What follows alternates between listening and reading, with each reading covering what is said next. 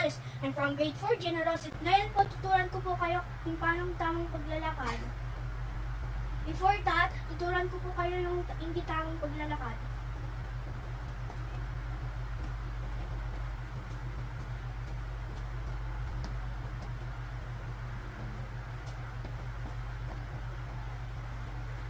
Ngayon po, papakita ko po kayo kung tamang paglalakad.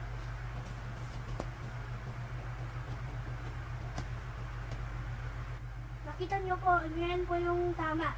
Ano po dapat tandaan? Nakataas yung ulo, balanse sa gitna. Ang balikat ay nakapantay. Ang tipid nakaliyag. Ang tiyan ay patag. Ang balakang ay magkapantay. Daliri ng kamay magkapantay. Ang pigi ay nakapasok. Ang tuhod makapantay. Ang paa nakahiwalay at balanse sa gitna.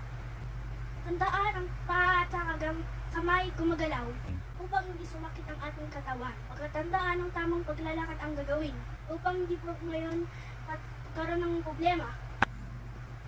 Ngayon, dahil hindi tamang paglalakad, magkakaroon ka ng posture problem. Nakaka-apekto sa iyong kalusugan. Mananakit ang inyong likod, at saka ang ulo, at saka ang binti, at saka ang tiyan din, at saka yung dibdib, at saka tiyan. Kaya tandaan niyo po ang maayos ang lakad. Ngayon po, tuturuan ko po kayo kung paano upo maayos.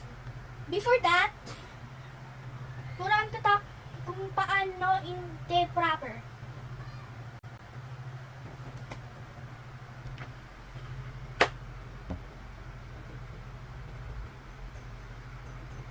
Kaya po yung pasto ko ngayon hindi po nakadiretso. Masakit po sa katawan at saka hindi po ako maging kuba. Kaya tandaan, paragi tandaan yung pag-upo. Tamang pag-upo. Ngayon po ang tamang pag-upo. Kaya po yung kinakita nyo po ngayon, naka-straight body po ako sa pag-upo. Isa, kumuha ng konting tablet ng upuan. Pangalawa, hirapat ang likod sa upuan. Sandalan. Nakaliyat ang dibdib sa likod. Ibalansi ang katawan. Pagtabi ng paa ng kapantay. Huwag pumupo sa gilid ng upuan. Tandaan yung patilin, mag-upo ng ayos.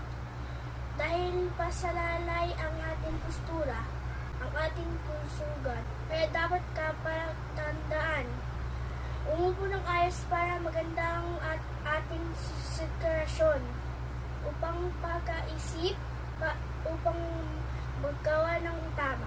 Tandaan, ito yung parati ating gawin.